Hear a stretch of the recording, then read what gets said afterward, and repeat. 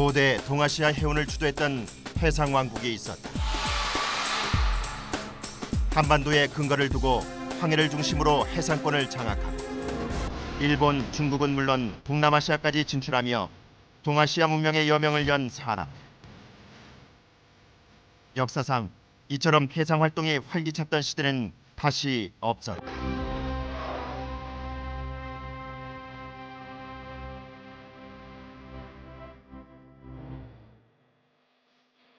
663년 8월 한반도 서해안 동진강 하구에서는 동아시아 최초의 국제해전이 벌어졌다.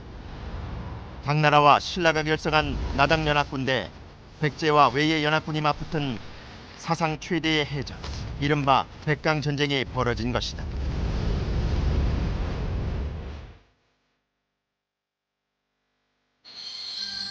사개국에서 동원된 군사가 10만 명, 전선이 1170척. 백제를 다시 일으키려는 세력과 이를 저지하려는 세력들 간에 벌어진 이 백강전쟁은 이후 1300년간 동아시아의 판도를 가르는 결정적인 분수령이 된.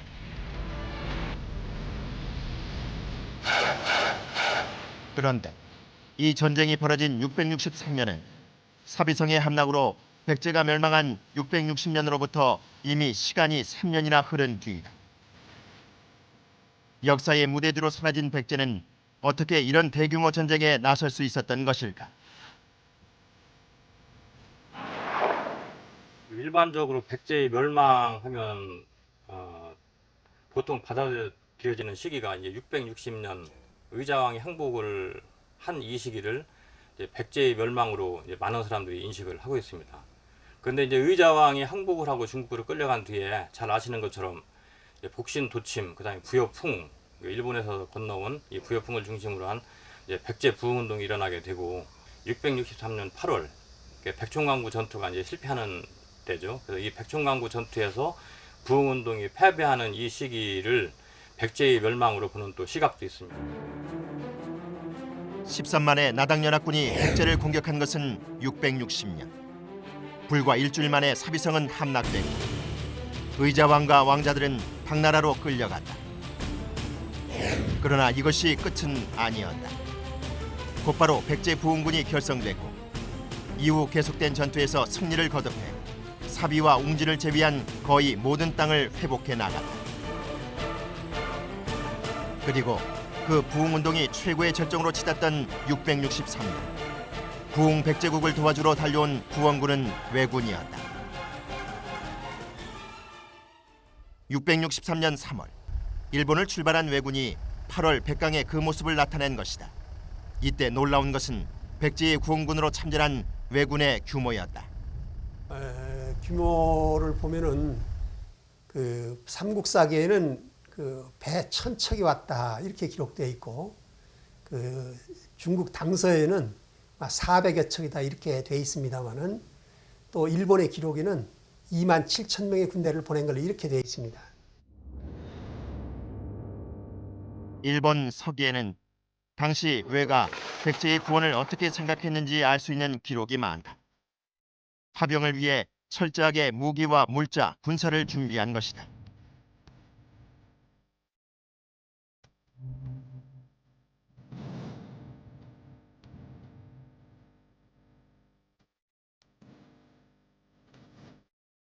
(660년) 당시 백제 부흥군을 이끌던 장수는 백제 무왕의 조카로 알려진 귀실복신이다. 일본 서기는 백강 전쟁의 파병 동기를 복신의 뜻에 따라라고 적고 있다. 백강 전투는 왜 조정이 자체적으로 판단해서 파견한 군대가 아니라 도침, 흑치, 상지와 함께 망한 나라 백제를 다시 일으킨 한 장수의 요청에 따라 군대를 파견했다는 뜻이다.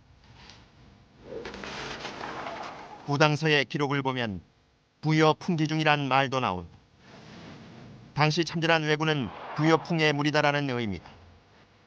이는 당나라가 백강에 온 왜군을 백제 부흥국의 왕으로 추대된 부여풍이 이끄는 백제의 군사로 인식했다는 뜻이다. 이렇듯 전국력을 한데 모아 대규모로 참전했던 왜가 왜의 군사가 아닌 백제의 군사로 기록되고 인식되는 이유는 무엇일까? 일본 서기 663년의 일본 서기조에 있습니다. 비통한 말을 남기고 있어요. 이제 백제의 이름도 끝났다. 어떻게 하여 우리는 다시 곰나루에 있는 우리 조상의 묘소를 찾을고 하는 비통한 말을 남기고 백제 사람들이 말하자면 당나라에가 안 뺏긴 백제의 그 요인들이 전부 일본으로 가버려요. 백존강 싸움에 백제를 위해서 2만 7천 명의 군대를 보내줬던 제명천왕이라고 하는 여자 천왕인데 당시에 제명천왕은 나이가 60이 넘었습니다. 그리고 그렇게 국력을 기울여서 백제를 구원하려고 했던 걸로 봐서 백제 사람 또는 의자왕의 누이 동생이 아닐까 아마 이렇게 추측을 하는 분들도 있습니다.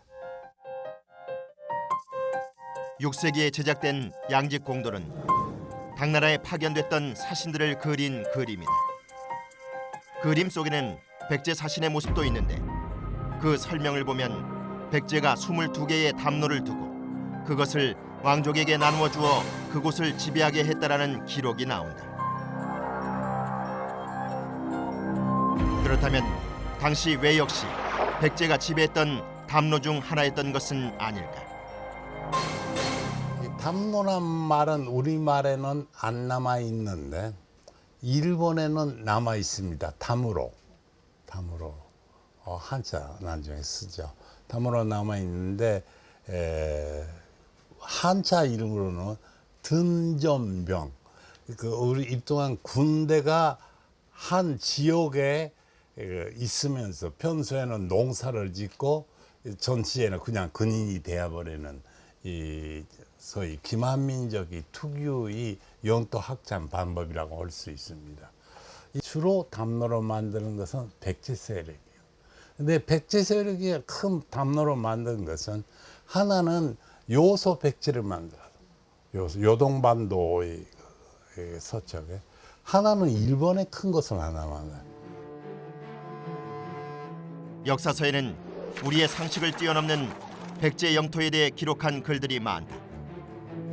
특히나 당시의 역사를 가장 잘 나타냈을 것으로 여겨지는 구당서와 신당서의 기록을 보면 백제국은 서쪽으로 바다 건너 월주에 이르고 남쪽으로는 바다 건너 외국에 이르며 북쪽으로 바다 건너 고구려에 이른다고 하여 그동안 우리가 알고 있던 한반도 안에서만 머물던 백제의 영토가 중국 대륙 및 일본에까지 걸쳐 있었음을 알 수 있게 한다. 그리고 백제 부흥운동 당시 나라에 사활을 걸고 전투에 임했던 왜 역시 이렇게 광활한 백제의 영토 중 하나가 아니었을까를 추정하게 한다.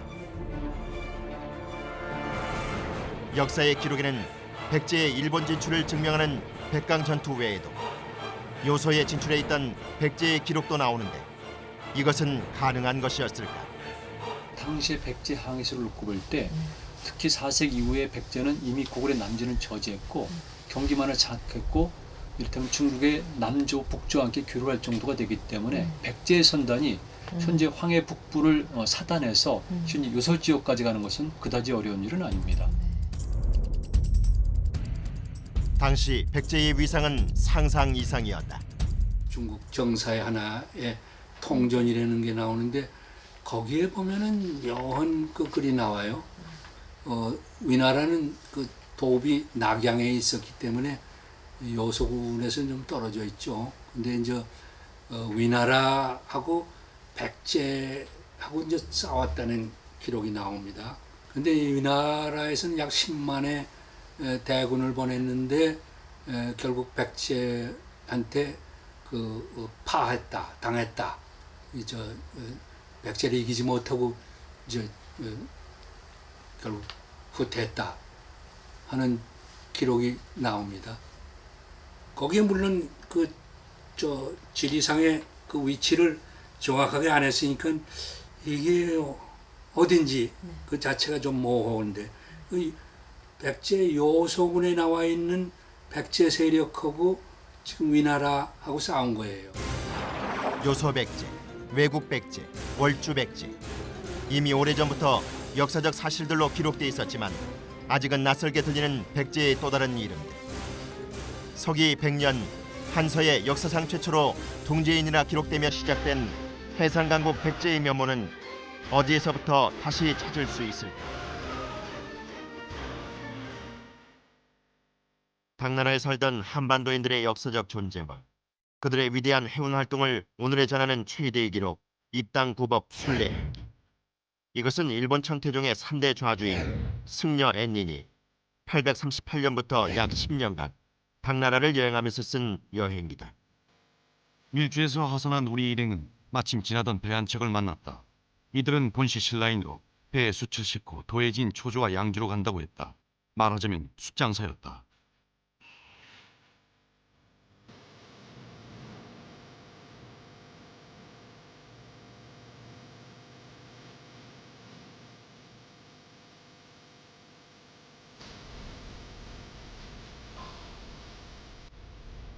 앤니는 일본의 마지막 견당선인 제12차 견당사선을 타고 당나라를 여행했는데 그때 당나라에 살던 신라인들의 도움으로 무사히 당나라를 오갈 수 있었다.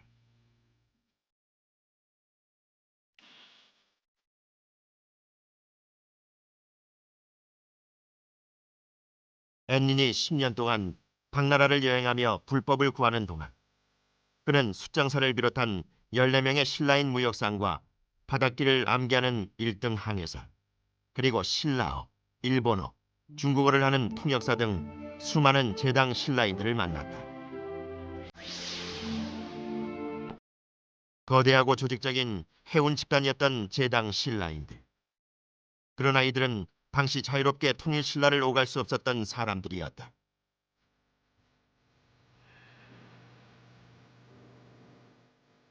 (9세기) 한반도 서남해안. 당시 통일 신라는 감정이 좋지 않았던 일본인은 물론 제당 신라인들조차 왕래할 수 없도록 철저하게 금지했다. 그렇다면 제당 신라인들은 대체 누구였기에 통일 신라는 이들의 왕래조차 허락하지 않았던 것일까?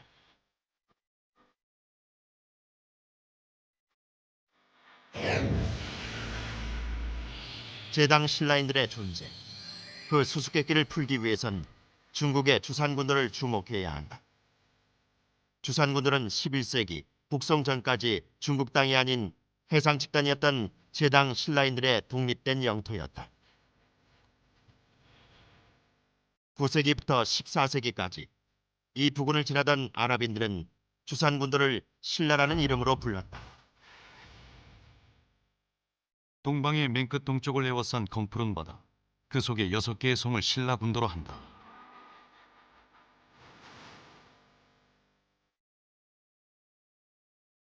당시 아랍 무역선이 오갔던 신라군들은 일찍이 제당 신라인들이 거주했던 주산 군도였다.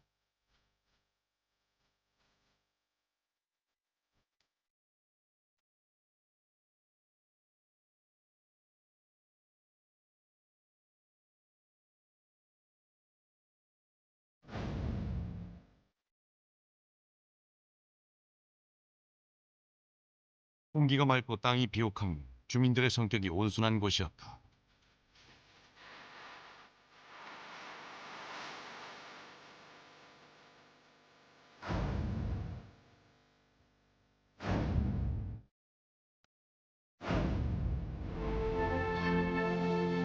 심지어 그곳 주민들은 개의 쇠사슬이나 원숭이 목줄도 금으로 만든다. 아랍 상인들에게 지상낙원으로 비춰졌던 주산군. 이 경이롭고 환상적인 지상낙원에서 부를 누리며 자유롭게 살았던 제당 신라인들은 과연 누구였을까? 백제 멸망 후 당나라는 의자왕을 비롯해 12,807인의 백제 유민을 당으로 압송했다. 고국에 돌아올 수 없었던 그들이 당나라에 살던 제당 신라인들의 뿌리가 아니었을까?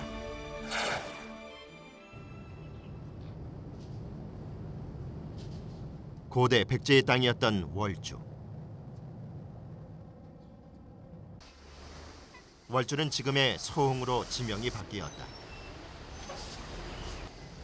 험난한 바다를 건너와 백제인들이 진출했던 월주 백제. 과연 1400년이 지난 지금 그 흔적을 찾을 수 있을까? 미처 밝혀지지 않은 백제의 미스테리한 역사를 풀기 위해 역사학자 이두학 교수가 먼저 소홍박물관을 찾았다. 당나라 때 이 소홍을 어떻게 불렸는가 한번. 对，叫这边又叫那个会稽，会稽， 회계. 对，叫会稽山， 회계. 会稽山。那么就是在那个 그리고 秦以前呢叫越国， 아, 秦以后叫会 会稽 稽。 전에 있잖아요. 월나라라 불렀대. 외주라고 불렀대. 그러면- 월주라고. 会稽到那个，会稽是到那个就是南宋的时候， 남성 시기에 南宋的时候，南宋是那个就是赵构，赵构把这里改称为那个绍兴。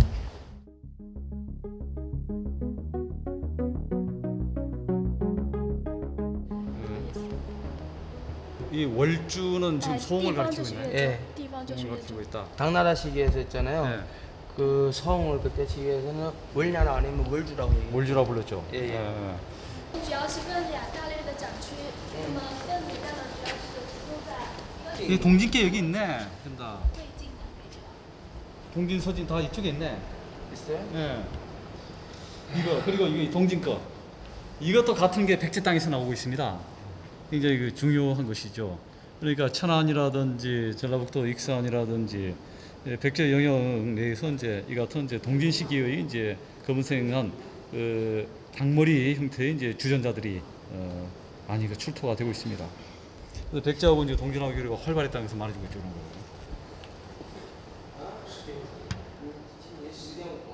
이것도 마찬가지예요. 양형도 이건 이제 양머리거든요. 양머리. 삼국사기 백제 봉기에 의하면 백제가 남중국에 있던 동진과 왕래하기 시작했던 것은 근초고왕 27년, 그러니까 372년 무렵부터였다. 그러니까 백제가 이 소흥 지역하고 교류가 활발해질 수밖에 없는 이유가 이쪽에 그 유명한 청자의 그 묘지가 있던 곳이란 말입니다. 그러니까 백제가 자연스럽게 이 그 월주 지역, 이 소흥 지역하고 교류를 하면서 이제 하나의 경제적인 거점을 확보하게 되고 그런 가운데서 이제 백제가 이 지역을 또 탐낼 수도 있고 그런 가운데서 이제 백제의 서쪽 경계가 월주에 이르렀다라고 하는 기록을 중국인 스스로가 이제 남길 수 있었다고 이제 보는 거죠. 이게. 그러나 백제의 해외 진출을 기록하고 있는 한서나 신구당서에 의하면 백제의 월주 진출 시기는 국내 기록에 나타난 4세기보다 훨씬 더 이전이었던 것으로 확인된다. 당시 백제인들은 어떻게 이곳까지 진출했던 것일까? 제가 소흥 땅에 딱 와서 보니까 이 강이 여러 군데서 확인되고 있습니다. 이런 강은 이제 궁극적으로 바다로 들어간다는 거죠. 그러니까 백제인들이 주상군도를 지나서 이제 영파에 상륙한 다음에 이 강을 따라서 쭉 들어오면 이제 소흥시 일대에 안전하게 이제 들어오게 되는 것이죠. 아마도 주산군도를 거점으로 백제인들은 이곳에서 활발한 무역 활동을 했을 것으로 추정된다.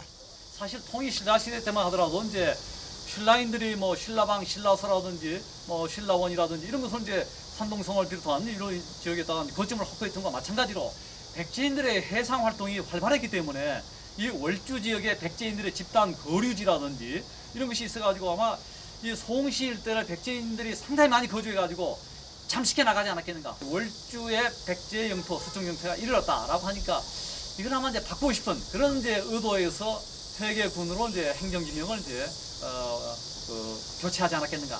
이런 생각도 이제 해볼 수가 있다는 것이죠. 여러 중국 역사서가 증거하고 있긴 하지만 사실 중국 입장에서 월주 백제를 쉽게 인정하고 싶진 않을 것이다. 더구나 백제의 패망을 이끈 당나라에서 영화로웠던 백제의 역사를 드러낼 리는 만무하다. 그것이 월주 백제의 역사가 여전히 미스터리인 이유일지도 모른다.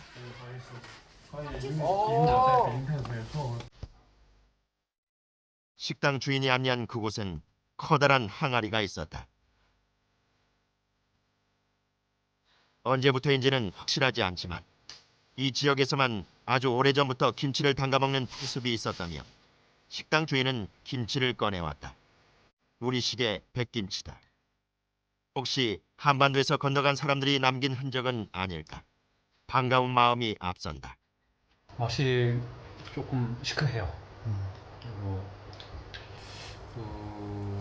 우리나라 백김치하고는 조금 틀려요. 네.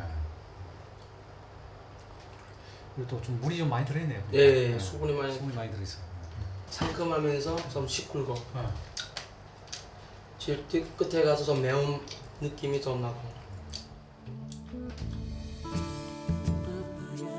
일찍이 바다 건너 해외 진출을 했을 만큼 활발한 해상 활동을 펼쳤던 백제.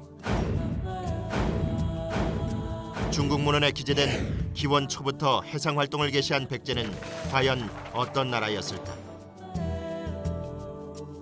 건국 초부터 백가제의 한고로 국호를 백제라 한다.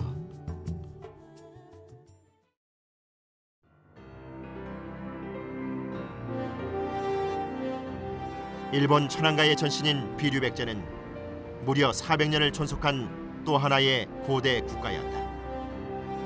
건국 초부터 백가가 바다를 건너왔다 하여 국호를 백제라 했다.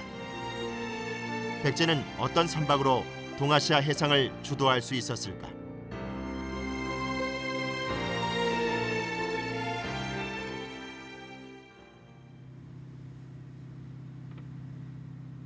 고대의 해상 활동은 아무나 하는 직종이 아니었다. 하늘을 알고 바람을 알고 바다와 배를 알아야 하는 특수한 기술이고 노하우다. 해상민족 그 자체라고 할 수 있는 선박. 동아시아를 누비고 다녔던 백제인들의 선박은 과연 어떤 선박이었을까?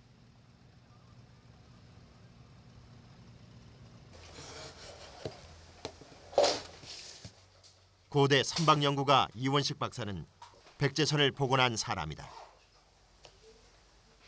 일본의 견왕사서는 백제배다 한 기록이 나와 있으니까 753년이면은 물론 백제배입니다. 물론 일본에 있는 견왕사선이 백제선이라 한 것을 다시 우리 가져와서 그래서 한선 모형으로 이제 다시 변형시켰는데 그것을 완전히 고친 것이 아니고 기본은 그대로 놔두고서 그것을 한선에 대입을 시켜보니까 맞아 들어간다. 그런 얘기죠. 그래서 이제 복원을 하게 되었고 설계도가 완성되게 됐고 그건 이제 그 모형선이 나오게 됐습니다.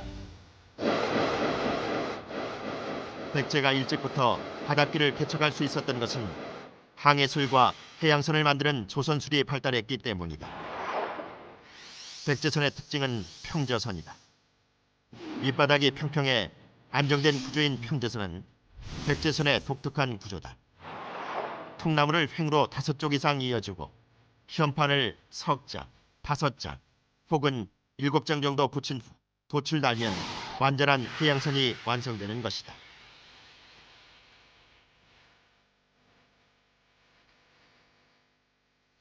백제선이 노와 키와 돛을 모두 구비한 범선이었다면 당시 나침반과 같은 방위관측기를 사용했을 가능성도 배제할 수 없을 것이다. 신라 시대는 이제 묘지를 보고 12지로 다 모서리를 다 해놨는데 백제도 마찬가지죠. 고구려도 마찬가지고. 그래서 그때 삼국시대부터 만들었다는 것이 만들어서 사용했다는 것이 거기서 볼 수가 있어요. 11세기 중국이 자랑하는 발명품 중 하나인 나침반. 그러나 정말 중국이 먼저 발명했을까는 의문이다. 왜냐하면 앞서 말했듯 중국선은 항법을 필요로 하지 않는 운하 도강선이 주였고 그것은 명나라 때까지 이어졌기 때문이다.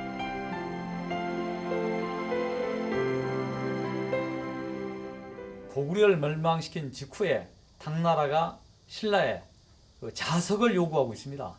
그때 신라가 이제 자석 2상자를 당나라에 이제 보내고 있어요.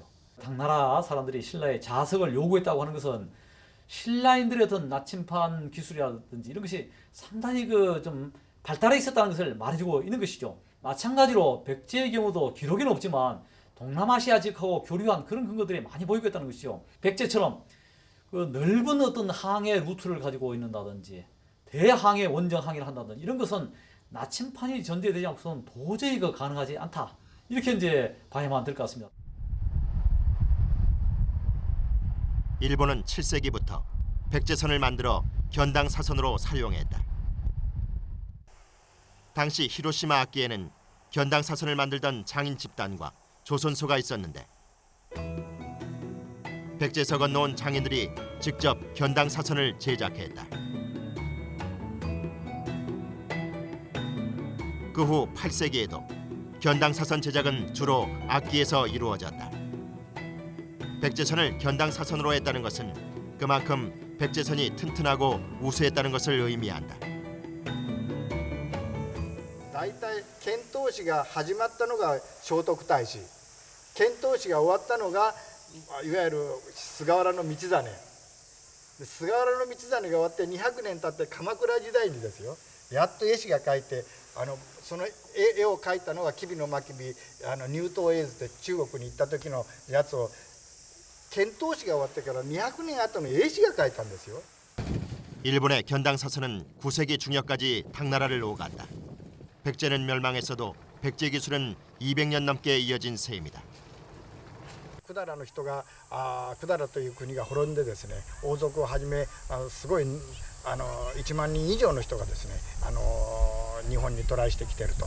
そしてまたそこの後に近江に行ったところに住まわしてたもんで、そこにいわゆる臣下ですね、天皇の下に仕える臣下の本当に7割8割のですねたくさんの百済人を抱えてですね、近江朝いわゆるイコール百済朝じゃないかと言われるぐらいのいわゆる渡来人がですね活躍をされてたというふうに私は思っております。 패망 후 일본으로 이어진 백제는 동아시아 바다를 꿈꿨던 해상 강국이었다.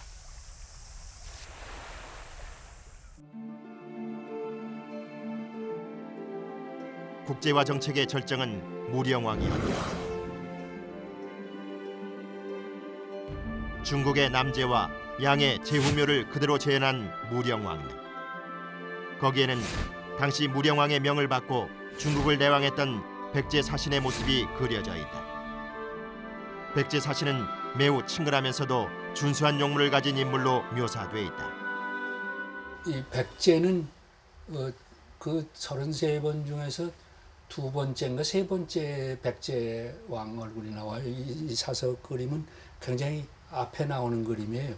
그리고 백제 다음에 외국 사신이라고 나온다. 외국 사신은 왜 외국 사신이 나오느냐? 외국이 커서 나오는 거 아니에요. 백제의 부영국이 되기 때문에 이제 이 큰 나라는 늘 어디 갈 적에는 자기 그 밑에 있는 조그만 나라들을 같이 데리고 댕겨요. 마한 시대 때는 12개 나라를 데리고 댕겼다고 그러는데 고구려나 신라는 더 후에 그림에 있는데 없어졌다고 그래요. 그래서 그 양지공도에서는 그림 볼 수가 없지만 훨씬 아래에 나온다고. 근데 뭐 꼭 반드시 그런 건 아니겠지만도 그 나라의 그 차지하는 그 그림에서 차지하는 게 그 나라가 그 지금 그 본국 양나라에다 주는 그 인상하고 굉장히 관계가 있어요.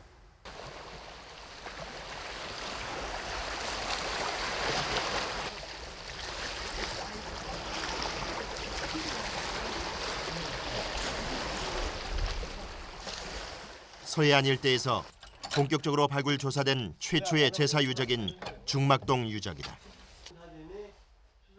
백제 어민들도 이곳에서 무사와 안녕을 기원하고 출항을 했을 것이다.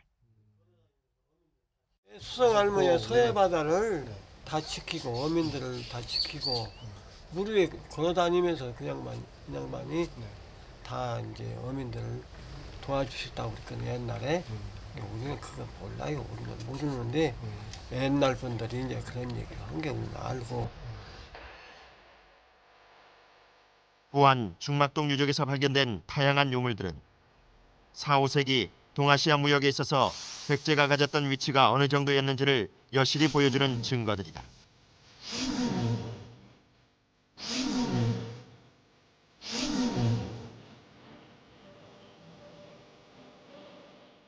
일본 큐슈 서쪽 후나야마 부근.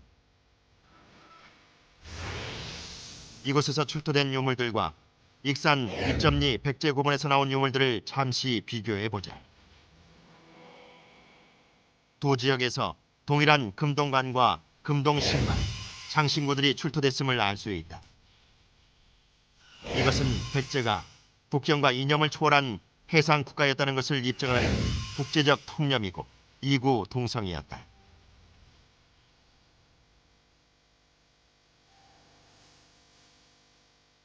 동아시아 해역은 물론 멀리 동남아시아로 진출한 세계사적 해양 민족.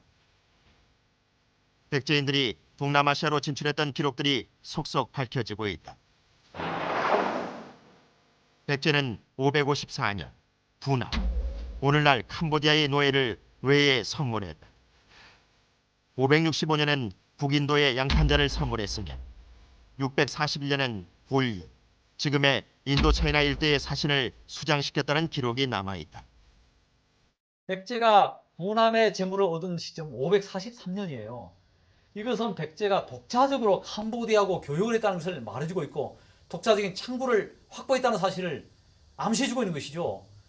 더군다나 이제 백제는 곤륜의 사신을 바닷속에 밀어넣어서 죽이는 기록이 있어요. 이 곤륜이라고 하는 지역은 인도 차이나 반도라든지 남부 이제 베트남을 가리키고 있는 거예요. 바로 백제가 이적하고 교류했다는 것을 말해주고 있죠.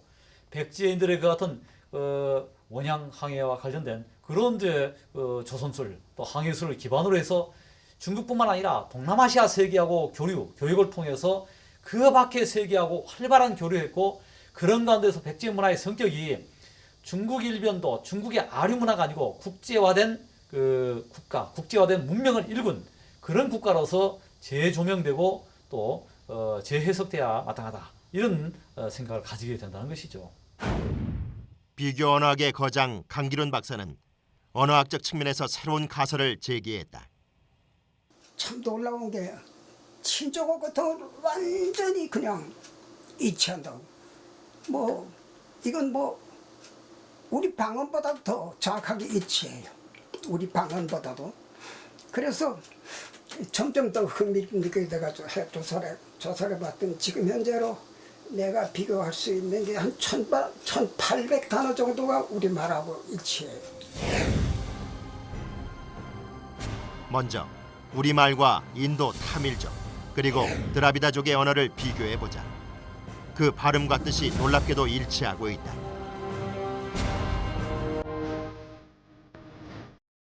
이렇게 많은 수의 어휘가 일치하는 현상은 막강한 해상력으로 해외 곳곳에 담로를 세운 백제가 당시 인도인들과 접촉해 그들에게 백제어를 전파했거나 아니면 반대로 그들의 언어를 받아들였다는 뜻으로 풀이해야 할 것이다.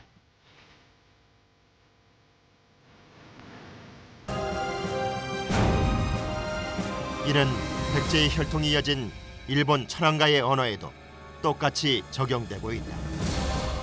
마침 그때 백제가 망하고 났으니까 그 백제의 왕족들, 귀족들이 전부 일본을 건너가가지고 새로운 일본국을 발족시켜요.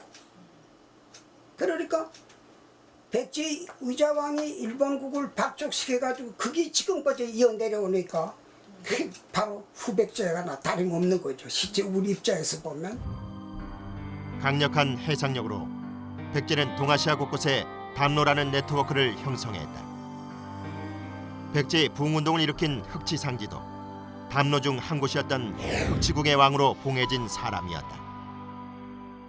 흑치국에 백제 사람들이 나가 있었다는 이야기는 어서 저 중국의 그 당나라 때 그 이후에도 충분히 알려져 있어요. 그래서 당서를 보면은 당서에 흑지상지가 당서에도 백제 서부인이고 우리 삼국사기에도 백제 서부인이고 최근에 나온 흑지상지의 사전 장수전에도 백제 서부인, 백제 서부 지역, 백제 서부 지역에 지금 여소군이니 진평군이 들어간다는 것은 부정할 수 없는 사실이고 몇백 년 동안을 중국 사람들이 다 불러왔던 건데 기록상으로 나온다는 게 지금 중국에서 나오는 그 지도에 여기 그 백제향 지역을 그 백제허라는 이름으로 그 땅 이름이 지금 남아있어요. 땅 이름은 공식적으로는 백제허입니다. 광활한 중국 대륙 어디쯤에서 백제인들의 흔적을 찾을 수 있을까? 백제향, 다시 말해서 이제 백제인들이 이제 그 동남아시아 지역으로 이제 해상 진출하면서 중국 대륙의 그 연변에 거점을 이제 확보했다고 이제 볼 수가 있습니다. 그 가운데 하나가 이제 백제향이라고 하는 곳 안에 백제허가 되겠습니다. 이곳은 이제 지금 광서 장족 자치구 안에 소재한 이제 행정구역이 되겠습니다.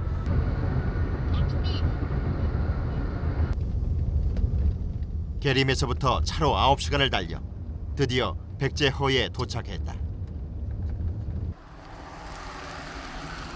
여기 보이죠? 남쪽 옥령구 백제향이라고. 사방을 동쪽에는 어디고, 동쪽으로는 이제 그 옥령구 이제 나루진, 그리고 그 남쪽이 이제 옥령구 백제향.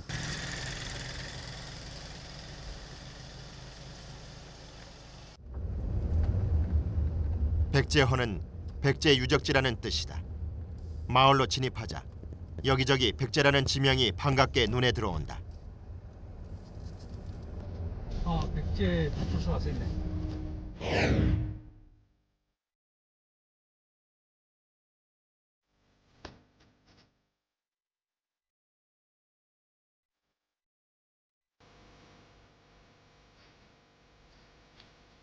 언제부터 어떻게 이곳이 백제허라는 지명으로 불리게 된 것일까? 고대 백제인들의 흔적을 하나라도 더 찾기 위해 이두학 교수의 발길이 분주하다.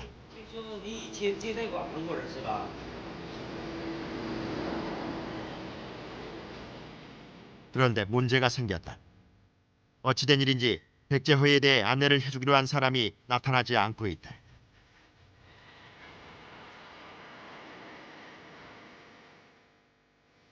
안 나온다는데요? 왜요? 전번에 한국 사람들을 섭외해가지고 자기 직장 다 떨어졌대요. 그래요? 예. 위에 사람들 그 허가 없이 했다가 직장 다 떨어지고 그랬대요.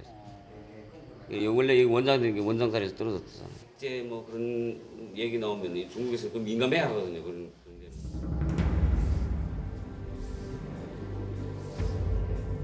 난감하고 막막한 일이 벌어졌다. 그렇다고 백제인들의 흔적을 찾는 일을 포기하기엔 아직 이르다. 이두학 교수는 마을 사람들을 찾아 나섰다.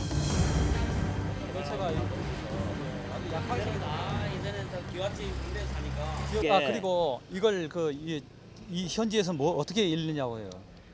이거 这个你们这里原来叫什么？你用你们话。박자이. 我们讲的话呢，박자이. 박자이. 박자이? 예. 박자이? 예. 박자이. 자이. 박자이. 박자이. 예. 아. 예. 지금은 이 말을 왜 안 쓰냐고. 我们的话就是这样。啊，现在还是用这个。现在也沿用到现在。 지금도 그냥 이리. 예. 때마침 백제행 팻말을 단 버스가 지나갔다. 이들에게 백제는 대체 어떤 의미일까?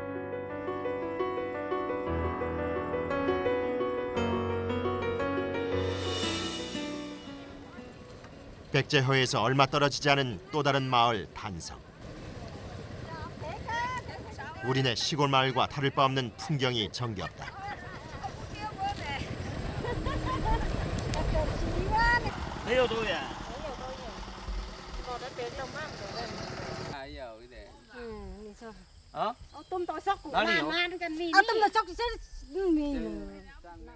단성이라는 지명으로 봐서 여기 어디쯤 성이 있었을 것이다. 성터의 흔적이 또 다른 단서가 될 수 있다. 그런데 허물어진 성터의 잔해에서 백제의 흔적을 찾기엔 다소 무리가 있어 보인다.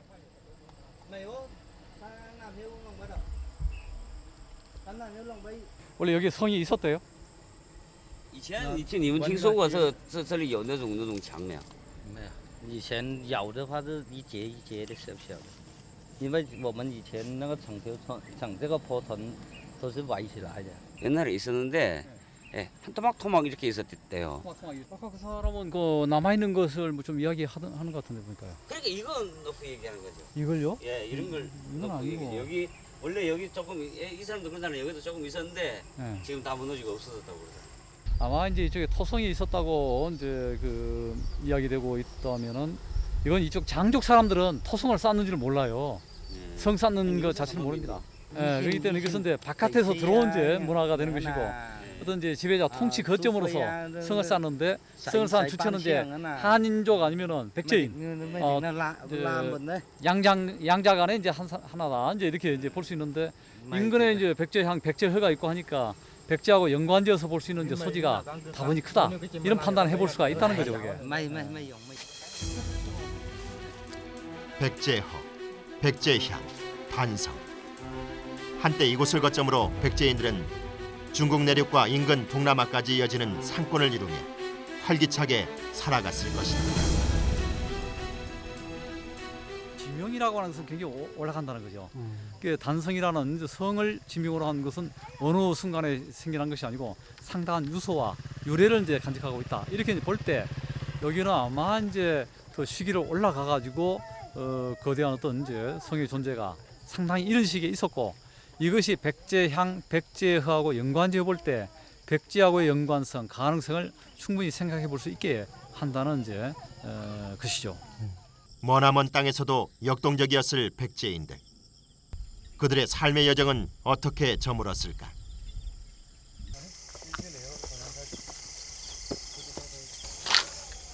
다 통나말, 염만 되네. 여기 메탈은 여기 있네요.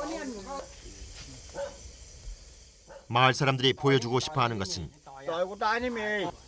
우리네 시골집에서도 흔히 볼 수 있었던 맷돌이었다. 옛날부터 조상들이 쓰던 물건이라고 했다.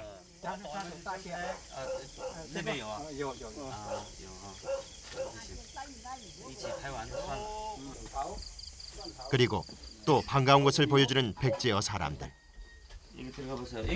이거는 명절 때만 딱 쓰는 거래요. 길방아. 예, 지금 안 쓴데 명절 때만 쓴대요. 그것은 디딜방아였다. 곡식을 빻을 때 썼던 디딜방아도 그렇고 맷돌도 그렇고 우리네 고향 풍경과 그대로 닮아 있다. 어쩌면 이들이 옛 백제인들의 후예가 아닐까 하는 조심스러운 상상을 해본다.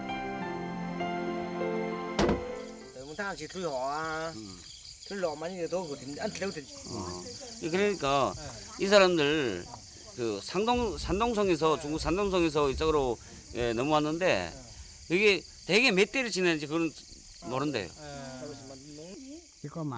백제 멸망 후 당나라로 압송됐던 백제인들도 산동성을 거쳐갔다. 어쩌면 이들의 뿌리가 중국으로 흩어진 백제인들은 아니었을까.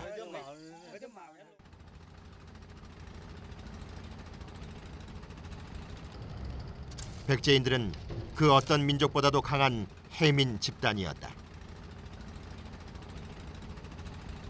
중국 기록에 보면은 백제가 진평군하고 백제군을 이제 중국의 어느 지역에 설치했다고 이제 기록되어 있습니다.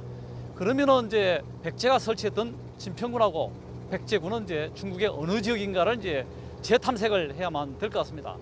당시 백제인들이 백제항으로부터 남쪽에 한 50km 정도 떨어져 있는 흠주라고 하는 이제 지역, 이 흠주시에 있는 그 항구가 백제인들이 이제 기항했던 그런 항구로 볼 수 있지 않겠는가 이런 생각을 하게 됩니다.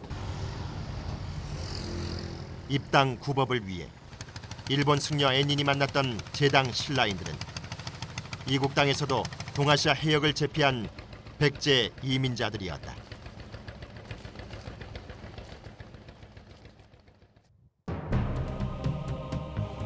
역사는 쉼없이 흐른다.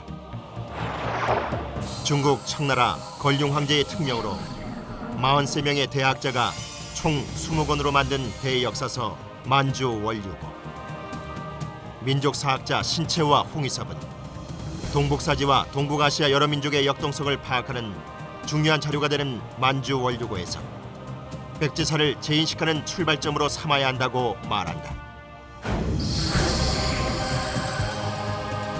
변화와 도전을 두려워하지 않았던 백제인들. 그들의 역동적인 해로 역정은 중국 해안 곳곳을 점령해 황해, 동진하해를 아우르는 해상왕국으로 발전해 나간다. 해상왕국 백제의 유산은 고려로, 조선으로, 일본으로 이어지면서 오늘날 대한민국을 세계 제1의 조선 강국으로 키워놓았다. 백제는 그래서 사실은 해양활동을 활발히 했고 담로제를 통해서 곳곳에 있는 점들을 하나로 네트워크화시켰다는 겁니다. 백제인들은 그 당시 때 제당 신라인이 돼서 중국 지역에도 살고 있었고요. 일본 열도 지역에도 살고 있었습니다. 21세기 우리 한민족은 현재 중국 지역에 조선족도 있고요. 그다음에 러시아 지역에는 까레이스키도 있고 제일동포도 있고 제미동포도 있고 유럽에도 살고 있습니다. 당시 백자가 추구했던 이런 방식을 그대로 활용하거나 모델을 삼는다면 첫 번째, 전략적으로 매우 가치가 높다는 것이고요. 실패 확률이 적다는 것이고 또 한 가지는 바로 우리가 오랫동안 잃어버렸고 잊어버렸던 우리 민족의 정체성을 확인하는 것이기도 되죠. 그런 의미에서 백제 해양활동이라는 것은 지금 우리에게 아주 절대적으로 필요하다고 생각합니다. 백제는 대한민국 해운의 길을 열었고 한중일 삼국의 고대 해운을 뒷받침한 바다의 버팀목이었다. 이제 험난한 왕조사의 그늘에 가려져 온 바다의 역사, 해상왕국의 역사를 되찾아야 한다.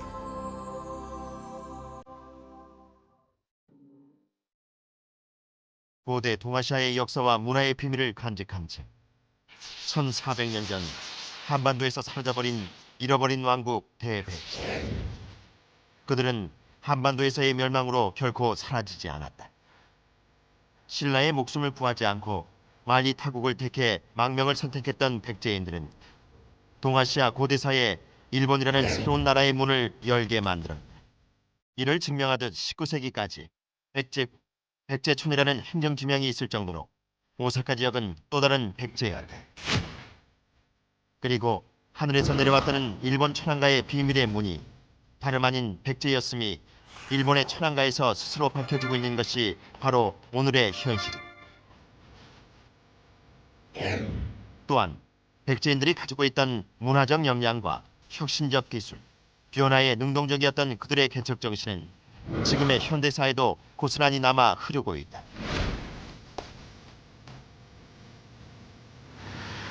이 땅에 최초로 불교를 들여온 것에서 보듯 변화에 능동적이었던 백제. 사찰이 숲을 이룬 나라 백제가 품었던 불국토의 희망은 자애로움이 번지는 얼굴, 백제의 미소로, 정림사지 5층 석탑으로, 미륵사의 자치로 이 땅에 남아 그들이 지녔던 문화적 역량과 건축학적 기술의 우위성을 보여주고 있다.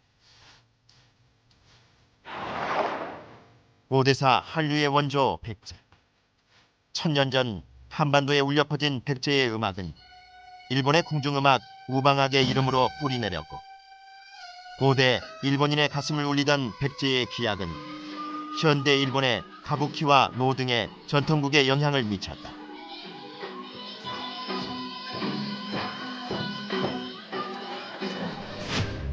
(21세기) 한류의 미래가 밝다는 믿음은 한민족에게 이미 뿌리 깊은 한류 백제의 역사가 있기 때문이다. 중국, 일본, 동남아시아까지 문화 교류와 함께 외교적 영향력을 미칠 수 있었던 백제의 저력 뒤에는 과학과 기술을 겸비한 화려한 고대 하이테크 기술이 있었다. 이미 1500여 년 전 일본 열도에 건너갔던 백제의 명검 칠지도에서 금동 대향로의 화려한 자태에서 우리는 백제가 간직하고 있던 하이테크 기술의 절정을 엿볼 수 있다. 이러한 고대 제철 제강 기술은 700년 백제의 역사와 문화 발전의 원동력이었고 백제의 하이테크 기술은 1400년 시간의 강을 따라 오늘날 명실공히 세계 최고의 반도체와 조선술, 자동차 강국인 일본을 탄생시켰다. 일본을 초인류 국가로 성장하게 한 그 기술력의 근간이 바로 백제였다. 그리고 이러한 하이테크 기술은 대한민국에서도 화려하게 꽃을 피웠다. 이는 곧 그 저력 속에 백제인들의 DNA가 살아 숨쉬고 있다는 증거이고 이러한 백제인의 품과 정신이 살아있는 한 대백제의 역사는 영원할 것이다.